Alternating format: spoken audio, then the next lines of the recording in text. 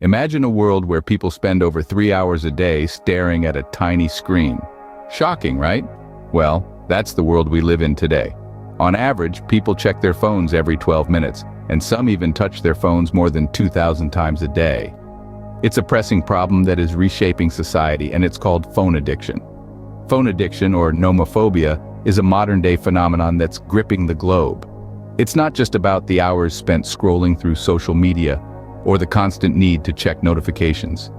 It's about the anxiety and stress that come with the constant connectivity, the sleepless nights staring at screens, and the inability to focus on real-world tasks. So, what fuels this addiction? Dopamine, a feel-good hormone, gets released each time we see a new notification or get a like on social media. This dopamine hit can make checking our phones feel rewarding, and before we know it, it becomes a habit, almost second nature. We're essentially conditioning our brains to be on our phones, and that's a scary thought. But there's hope. Breaking free from phone addiction isn't as daunting as it sounds. It's all about taking small steps towards a bigger goal. Firstly, identify the problem. Recognize the signs of phone addiction, whether it's feeling anxious without your phone, using it to escape problems, or neglecting personal responsibilities. Understanding the issue is the first step towards solving it. Next, set boundaries. Establish a specific time to check your phone and stick to it. It could be every 2 hours or even less frequent. This helps to break the cycle of constant checking and gives our brain the much-needed break. Another effective way is to turn off unnecessary notifications. The less your phone buzzes, the less likely you are to check it.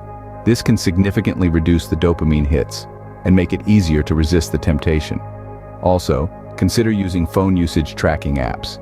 These apps can give you a clear picture of how much time you're spending on your phone and can be a real eye-opener. They can also help you set limits on certain apps, making it easier to manage your time. Lastly, find alternatives.